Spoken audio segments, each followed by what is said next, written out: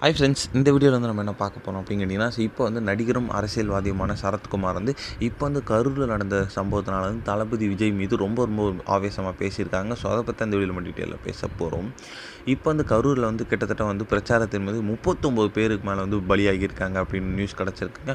So அதில் வந்து 10க்கும் மேற்பட்ட குழந்தைகள், 16 பெண்கள் அப்படின்னு வந்து நெஞ்சையே வந்து குளிக்கிற மாதிரி வந்து கிட்டத்தட்ட வந்து மொத்த தமிழ்நாடு வந்து அதிர்ச்சியில் இருக்குது அப்படின்னு சொல்லலாம். ஸோ நிறைய அரசியல்வாதிகளும் பிரபலங்களும் வந்து ஸோ அவங்களோட கண்டனத்தையும் இரங்கலையும் வந்து தெரிவிச்சிட்டு இருக்காங்க. ஸோ நிறைய பேர் வந்து விஜய்க்கு அகெயின்ஸ்டாக பேசிகிட்டு இருக்காங்க. நிறைய பேர் வந்து கொஞ்சம் பேர் வந்து விஜய்க்கு சப்போர்ட்டாகவும் பேசிகிட்டு இருக்காங்க.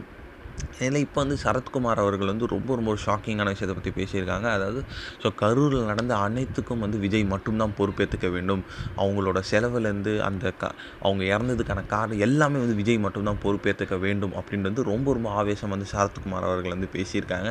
ஸோ இதுக்கெல்லாம் வந்து பதில் வந்து எப்போ வந்து நம்ம தளபதி விஜய் வந்து பேச போகிறாரு அப்படின்னு வந்து ரசிகர்கள் ரொம்ப ஆவலாக காத்துட்ருக்காங்க. ஸோ அவர் பேசினா மட்டும்தான் வந்து இந்த ஒரு விஷயத்துக்கு விடை கிடைக்கும் அப்படின்ட்டு சொல்லப்படுது.